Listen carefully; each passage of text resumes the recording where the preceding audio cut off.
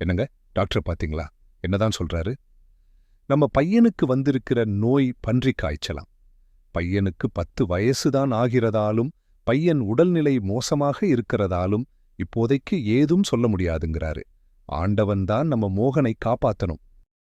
மருத்துவமனை வார்டில் பெட்டில் படுத்திருந்த பையன் மோகனுக்கு ட்ரிப்ஸ் ஏறுவதை பார்த்தபடி மனைவி உட்கார்ந்திருப்பதை வெறித்துப் பார்த்தான். யானை பல் தேய்க்கிற பிரஷாப்பா இது? இல்லடா, இது கார் கிளீன் பண்ற பிரஷூடா. அப்பா, அப்பா, என்னடா சும்மா நொய் நொய்ங்கிற? ஒரே ஒரு கேள்விப்பா. ஏம்பா உன் மீசை 2 இன்ச் பிரஷ் மாதிரியும் உந்தாடி 36 ஆம் நம்பர் எமரி பேப்பர் மாதிரியும் இருக்கு. அன்றைக்கு சிரித்தேனே, பையன் மழலை பேச்சை இரசித்தேனே, இன்னைக்கு நொய் நொய்ன்னு பேச மாட்டானா என ஏங்குகிறேனே. இது என்ன பாவி மனம்?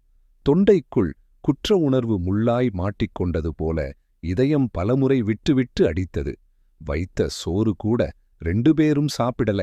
அவ இல்லன்னா நான் அவ்வளவுதான். இரவு முழுவதும் நன்றாக இருந்த மோகன் கால் கை வலிக்குது என்று துவண்டு விழுந்தவன் இன்னும் எழுந்திருக்கவில்லை. திருமணமாகி 10 ஆண்டுகளுக்குப் பிறகு ஆண்டவன் கொடுத்த அருட்கொடை. மனதுக்குள் என்னை நானே கேட்டுக்கொண்டேன். நான் யாருக்கும் தவறு செய்தேனோ? அதனால் என் பிள்ளை கஷ்டப்படுகிறானோ? அவன் நல்லபடியாக பிழைக்க வேண்டுமே. இனி ஒரு முடிவுக்கு வர வேண்டியதுதான். அவனுக்கு பிடித்த பிள்ளையாரிடம் போய் நின்றான். கண்ணில் நீர் வழிய மௌனமான வேண்டுதல். 2 நாள் கழித்து மோகன் கண் விழித்தான். டாக்டர் அவனை வீட்டுக்குச் செல்லலாம் என்று கூறியபோது டாக்டரை இறுக்கிக் கட்டிக்கொள்ளலாம் போல் இருந்தது. டாக்டருக்கு நன்றி கூறிவிட்டு நகையை சேட்டு கடையில் வைத்து பணத்தை ஆஸ்பத்திரியில் கட்டிவிட்டு பிள்ளையாருக்கு நன்றி சொன்னான். இன்னமும் கொஞ்சம் பணம் குறையுது, இருங்க, வளையல வச்சுத் தரேன். வளையலை கழற்றிய மனைவியை வெறிக்கப் பார்த்தான் வரதன். இவளுக்கு நான் என்ன செய்யப் போகிறேன்? அத வச்சுக்க, இரு, டாக்டரை பார்த்துட்டு வர்றேன். ஐயா, உள்ள வரலாமா? என்னப்பா, பில் கொஞ்சம் காசு குறையுது. அப்படியா? கிளினிக்கில் இருந்த பெஞ்செல்லாம் பெயிண்ட் அடிக்கிறியா? இந்தா பணம், மீதியை ஆஸ்பத்திரி பில்லோடு கணக்கை பார்த்துக்கலாம். ஐயா, நீங்க தான் எனக்கு ட்ரீட்மெண்ட் பார்த்து குழந்தைய தக்க வச்சு கொடுத்தீங்க. இன்னைக்கும் அதே மாதிரி உதவி செய்யறீங்க. அதுக்குத்தாம்பா டாக்டருக்கு படிச்சிட்டு சேவை செய்கிறோம் என புன்னகைத்தார் ஆகாஷ். மறுநாள் டாக்டர் கொடுத்த பணத்துடன் பெயிண்ட் கடைக்குச் சென்றேன். கடை முதலாளி என்னை பார்த்து, வாப்பா வரதா, என்ன 4 நாளா ஆளக் காணோம் என்றார். ஐயா, என் பையனுக்கு பன்றிக் காய்ச்சல் வந்து செத்துப் பிழைச்சான். அப்ப நம்ம ஆகாஷ் டாக்டர் தான் அவனை காப்பாத்தினாரு. 4 நாளா ஆஸ்பத்திரியில தான் இருந்தேன். அவர் கிளினிக் பெஞ்ச் பெயிண்ட் வேலைதான் வந்திருக்கு. கவலைப்படாதே வரதா, எல்லாம் சரியாயிடும். உன் பையன் நல்லாயிடுவான். வீட்டில கொசு வராம பாத்துக்கோ.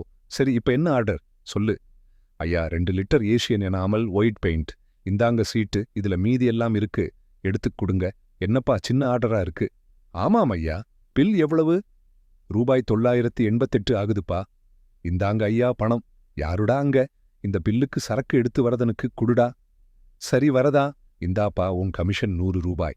ஐயா, என்னை மன்னிக்கணும், எனக்கு இனிமேல் நீங்க ஒரு பைசா கூட கமிஷனா கொடுக்க வேண்டாம்.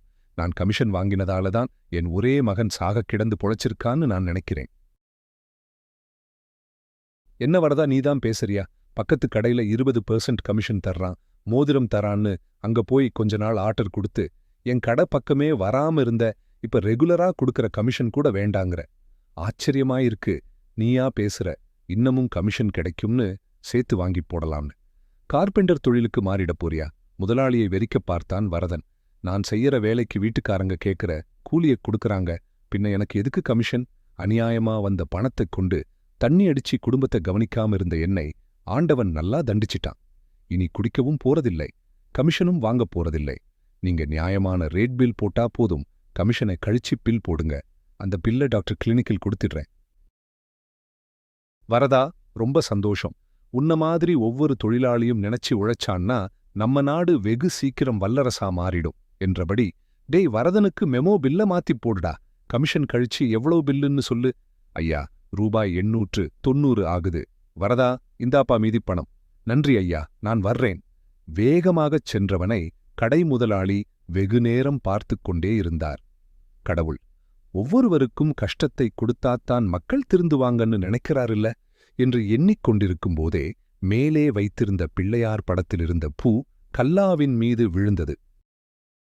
இந்த கதை உங்க எல்லோருக்கும் பிடிச்சிருக்கும்னு நம்புறோம். கதை பிடிச்சிருந்தா லைக் பண்ணுங்க, உங்க நண்பர்களுக்கு ஷேர் பண்ணுங்க, கமெண்ட் பாக்ஸ்ல கமெண்ட் பண்ணுங்க, நம்ம சேனலை சப்ஸ்கிரைப் பண்ணுங்க. உங்க ஆதரவு தான் எங்களுக்கு மென்மேலும் கதைகள் போட உறுதுணையா இருக்கும். ஒரு நல்ல கதையோட மீண்டும் உங்களை சந்திக்கிறோம்.